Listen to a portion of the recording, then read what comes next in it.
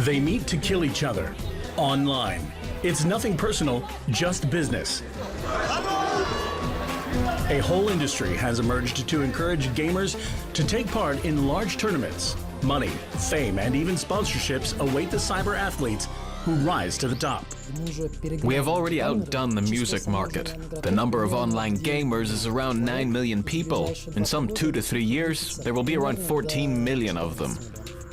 12-year-old Alexander Fokin from Kiev got so deeply immersed in online games that force is the only way to get him to pay attention to the real world. For these people, the real world is simply not enough, so they bring all the diversions of virtual reality into their real life. I'm a medical physicist. And I'm a sound engineer. My wife Maria makes the costumes. I deal with the weapons.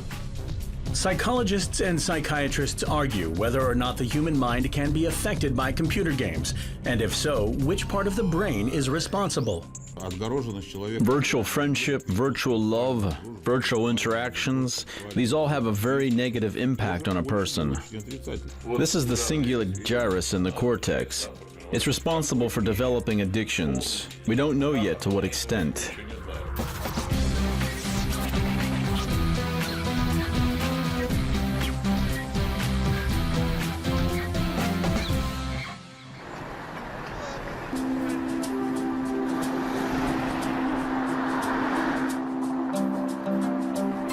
Sergei Bidzan and Kristina Malyutina, both 22, met through online gaming during a tournament called Point Blank. She played against Sergei but couldn't beat him using a keyboard and mouse, but she managed to defeat him offline. While he was tougher in the game world, Kristina turned out to be stronger in real life. We started talking. At the time, he already had a girlfriend, by the way. Yeah, that's true. It sure was. Now, Kristina is here with him at every place where Sergei qualifies. Even though she is his most devoted fan, she won't play on the same team as him. It's the same as working together with your partner. It means work-related arguments. Who really needs that? Sergei Bidzan, captain of the Russian team Rox Kiss, is taking part in the major battle of the year at Point Blank. For the final, the largest European cyber arena in Kiev will see action between 12 teams of gamers.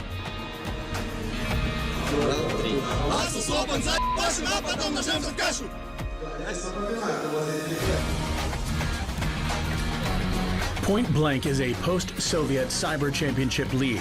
To be selected for the competition, you need to be among the top 3 winners of 4 online tournaments over the course of a year. It started out with 800 teams. That makes 4,000 online warriors. To rise to the top, a professional cyber sportsman must train hard for 6 to 8 hours a day. If I have to play for 6 hours a day doing one and the same thing as if that were work, I'd do it, and everybody will do it, because we understand that this is the only way to victory. You can't just sit around doing what you like and expect to get first place all the time. You have to sacrifice something. Sergei Bidzan earns good money through gaming. After receiving his bachelor's degree in law, he decided to focus on online games. His team has won tens of thousands of dollars in prize money and a car. Professional gaming has opened up huge opportunities for Sergei. We'll get married and have many kids, a whole team from the start. 25 years ago, Soviet gamers used to play these arcade machines, which could be found in every movie theater lobby. It helps people idle away time before a film started. Today, this machine sits in the office of a major IT company that deals with the promotion and placement of popular computer games, including Point Blank. This is a reminder of where we've come from and what we should aim to do. In the past decade, the video games market has been crazy.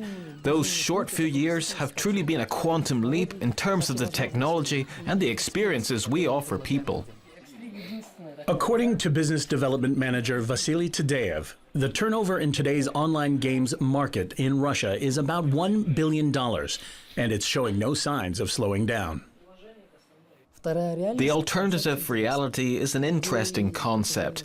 The idea has been bounced around for the past 20 years. It implies that there is a brighter layer set apart from our dull gray world, which exists only inside the human brain. We get connected to this virtual reality by means of a computer or potentially through some other interface like virtual reality headsets. Online games are just another facet of this phenomenon. Psychologists are wary of the advance of this new alternative reality. Their observations suggest that online games can provoke heightened levels of aggression, particularly shooting games. If a person gets used to certain reactions, they'll become the norm for him. As long as everything is okay in his life, he keeps them in remote areas of his personal life. He can separate different areas of reality. But if, for example, tomorrow there'll be some sort of tragedy or some sort of anger or aggression in this person's life, that can become a trigger that will mix up all these realities. Psychiatrists, however, have a different argument. They don't see a direct link between aggression in games and in real life. If a child is initially ready to stab someone with a knife, then a computer game is not to be blamed. He is ready to stab someone with a knife regardless of computer games. The murderers of the 19th century, for example, didn't play any games on the PC, but still murdered their victims. The gamers themselves are not concerned with such arguments. Their goal is simple. They just want to win. I think it's just a myth made up by people, by parents who say that their child spends too much time on the computer, that it's too violent or whatever. But that's just nonsense. It's a myth. But it is not a myth for the Fokin family in Kiev. Yelena is a manager at a printing company. She has 2 children, 12-year-old Alexander and 7-year-old Alexei. Their mother raises them alone, but spends most of her time at work. Eventually, her oldest son, Alexander, became totally immersed in online games and lost all track of the time he spent on the internet. Отключить, пожалуйста. Нет! Это для тебя. Я сказала, замолчи, дура! Выключаем. Чтоб ты сдохла! Выключай.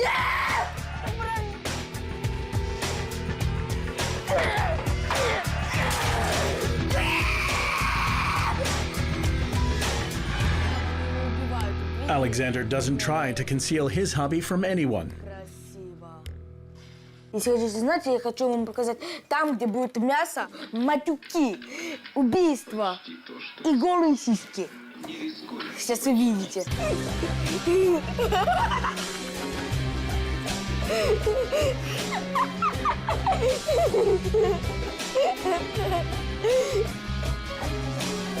Ой, как классно! The Ukrainian TV channel STB reported on the 2 boys' misbehavior. Alexander and Alexei devote all their free time to online games, and the imbalance can be seen in every sphere of their lives, such as their diet. They feast on an endless and unhealthy mixture of junk food and sweets.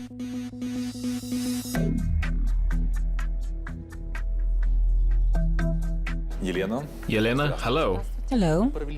We've carried out a diagnostic prognosis, and now we know how your children are going to look when they are 40. Would you be interested to see the results? But of course.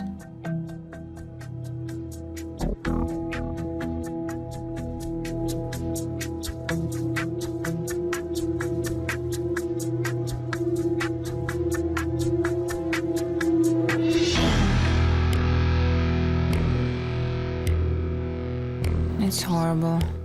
Psychologists help set new rules in the home. Now Alexander is allowed to spend no more than 1 hour at the computer.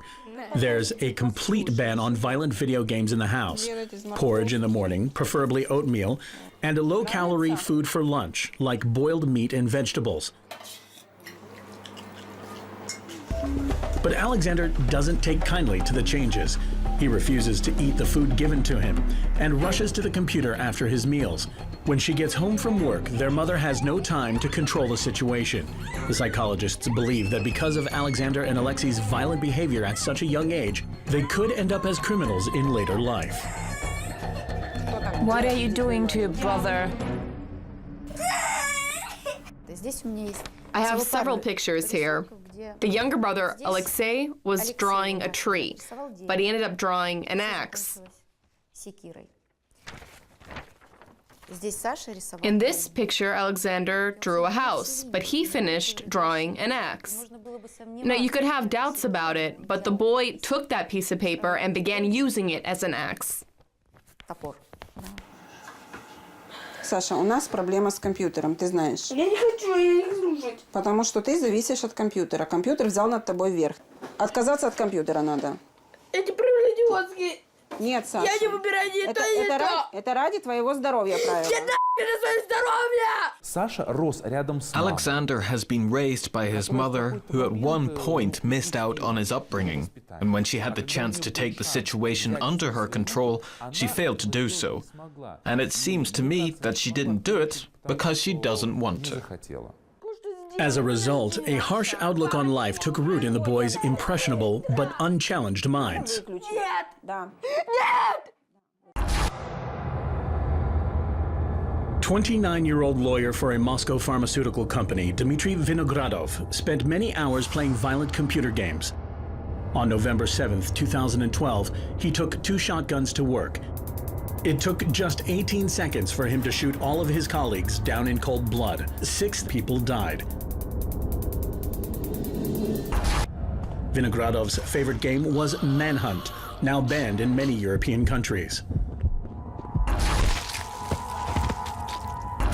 The murderer posted his guiding principle on his social network profile page. I hate society, and I can't stand being a part of it. I hate this life. I see only one way to fix it. Kill as many of the scum as possible. Full name? Dmitry Vinogradov, Year of birth? 1983, Where were you born? in Moscow. Are you married? No, Do you have children? no. What weapons were on your person? A Weber 12 and a Benelli M3. 6 months before the incident, Vinogradov had suffered from depression, had seen a psychologist, and was taking antidepressants. Today, scientists in Russia and around the world are looking into how computer games, especially violent ones, can affect behavior, particularly in people with mental health problems. The amygdala is part of the brain responsible exclusively for emotions. It can grow in size, while other parts of the brain responsible for rational behavior, that is, those sections that help us keep restraint and be pragmatic with our emotions, those parts start to shrink. In other words, it is argued that computer addiction leads to emotional stress, and emotional stress leads to murder. It's a common opinion among psychologists, while psychiatrists seem to disagree. The Brain Institute of the Russian Academy of Sciences does not confirm that prolonged exposure to computer games on a daily basis leads to physical changes in the brain. I don't believe that there are some structures found in the brain of computer addicts that are responsible for this sort of addiction. They may have something to do with addiction, but I can easily show you addicted people without any changes in their brain. This is the cingulate gyrus. I'm indicating it with a cursor. Here it is, and it's pretty big. It's responsible for developing addictions, but we don't know yet to what extent.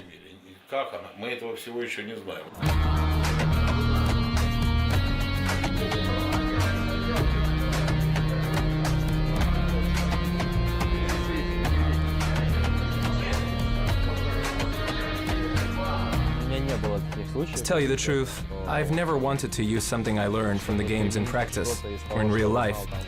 That is to say, if there's a fight in a game, I don't feel the urge to take a gun and shoot someone in the head.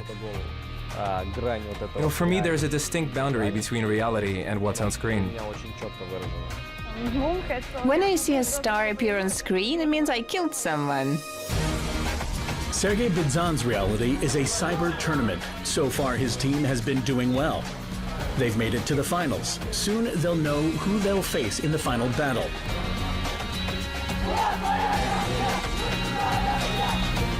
It seems most likely that they'll be up against the Z Nation team.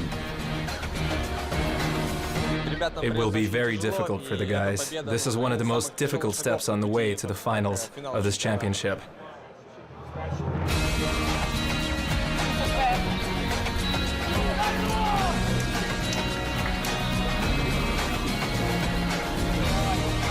Zed Nation makes it through to the final after a decisive victory.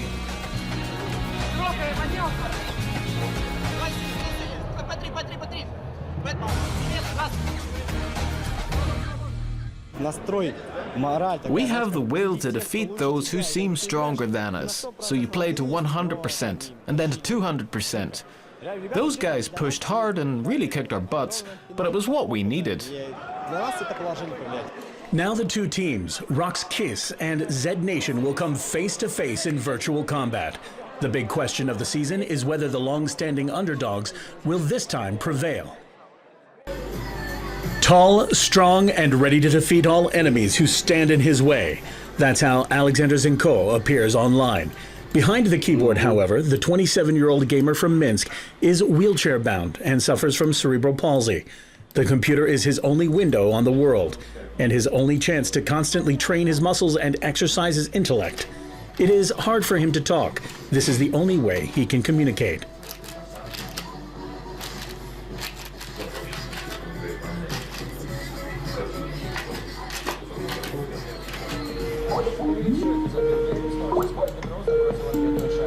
Здорово, Саш. Что ты там?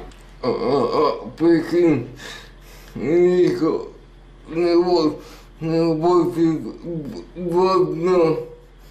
Линейка уже 2 дня не работает? Да. Да нормально все будет, что ты паришься? Вон у нас солнце светит, значит все нормально. Круто. Alexander Zinko's favorite game is Lineage 2. He spends 12 hours a day online.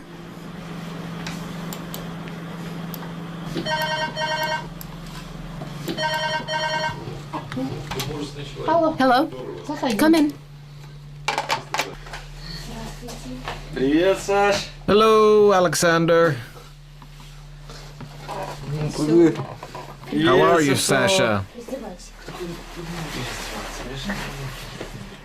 Robert and Alexander met 10 years ago as they grew up in the same apartment block. Since then, they talk every day. So how's Lineage? I've not played in a while. He's at level 98. It was Robert who first introduced Alexander to the game, which is now part of his daily routine. Alexander quickly mastered it and has even surpassed his friend. Don't go? Come on, we'll see you out. Alexander doesn't want me to go. Of course he doesn't. Alexander, I already said I'll pop by when I have some free time, but right now I have so much work. All right, Alexander, call me on Skype if something's up. Thanks, everyone. Thank you, Rob. Don't forget, come back. Goodbye. For Alexander, his computer and the internet are everything to him. It's the place where he works, lives, plays, meets up with friends, basically everything. This game is everything to him. Currently, Lineage 2 is one of the most successful projects in Russia and the CIS countries. Online games are basically endless. They're constantly being updated over the course of several years. Localization of a game is not just about translation. Such games have no end, so every new detail must maintain the player's interest. For instance, designers draw inspiration from classical art forms. We were planning to make a project with Rococo and Baroque design. We selected paintings by Bruegel and Bosch as references. What I mean to say is that we were inspired by those works when working on the project. In the game Ion, the hero's appearance can be changed along with his costume and race. In Russia, hundreds of thousands of people play the game daily. It gets updated at least once a month, giving players new opportunities like buying virtual clothes with money. We could offer the designs to players, or maybe organize a competition. No, a competition is not a very good idea. We could make a poll for users, show them the pictures, put them to a vote. Let's say a maximum of 3. Then the best 3 are made, and the next time we do another 3.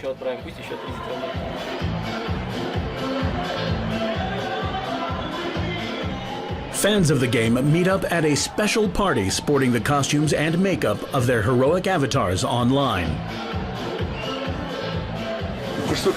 My wife Maria makes the costumes. I deal with the weapons. I'm a medical physicist. And I'm a sound engineer. Every character has either black or white wings. Players use them to show which faction they belong to. They also serve as a reminder that within the game, their characters are able to fly. At the party, the players divide themselves into groups of allies and adversaries, then take part in games on the dance floor and have as much fun as possible. The boundaries between the real world and the virtual seem to dissolve. Sometimes video games overshadow everything else.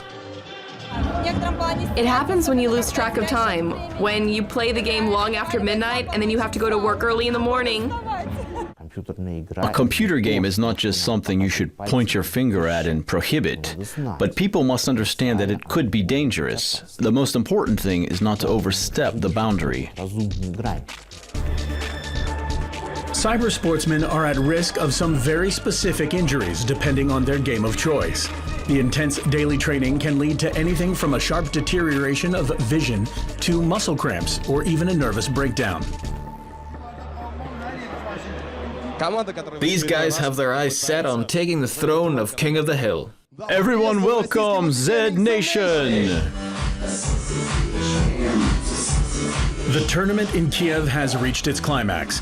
Rox Kiss and Zed Nation are facing off in the final of the Point Blank tournament. Now let's welcome Team Rox Kiss to the stage. Sergey is known online as The Negative, and he plans to live up to his name in front of the crowd.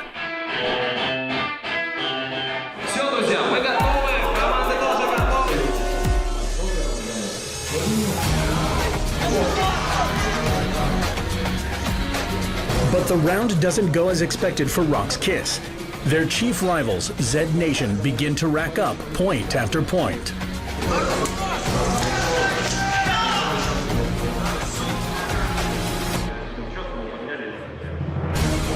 It seems to be all over for Rox Kiss, but then a breakthrough comes quite unexpectedly.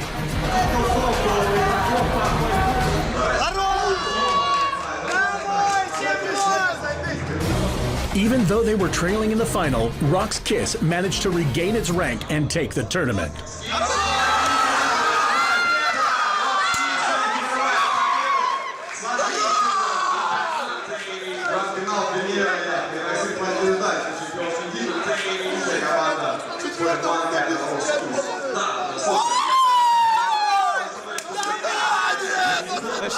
It was a complete blast. After the first map, I thought we were going to have a preliminary final, then the second comeback, and then the third round. Such a rush. We tried. The whole thing was neck and neck. Everyone was screaming on both sides. I think we lost because in one match it was 4 against 1. That whole match set us back and swayed the balance. They got a boost while we started to weaken. Zed Nation is defeated. Victory in the Point Blank final nets $6,000 for Sergey Bidzan and his team. This victory opens the way for new challenges, but Sergey and Christina realize, of course, that they can't keep playing forever.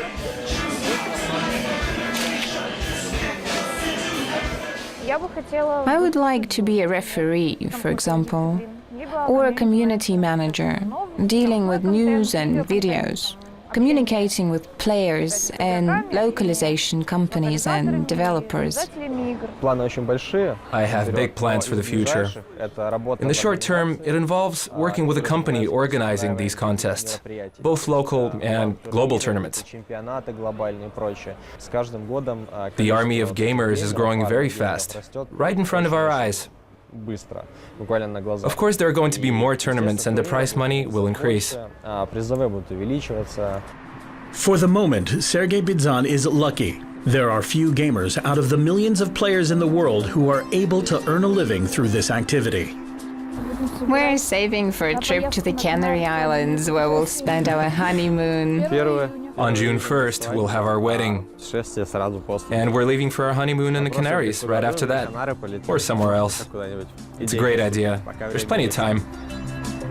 There is all the time in the world to play games, but not enough for everything else away from the computer. Sooner or later, gamers will have to put down the keyboard. If they don't, they may end up losing something important that can't be fixed with a reset button.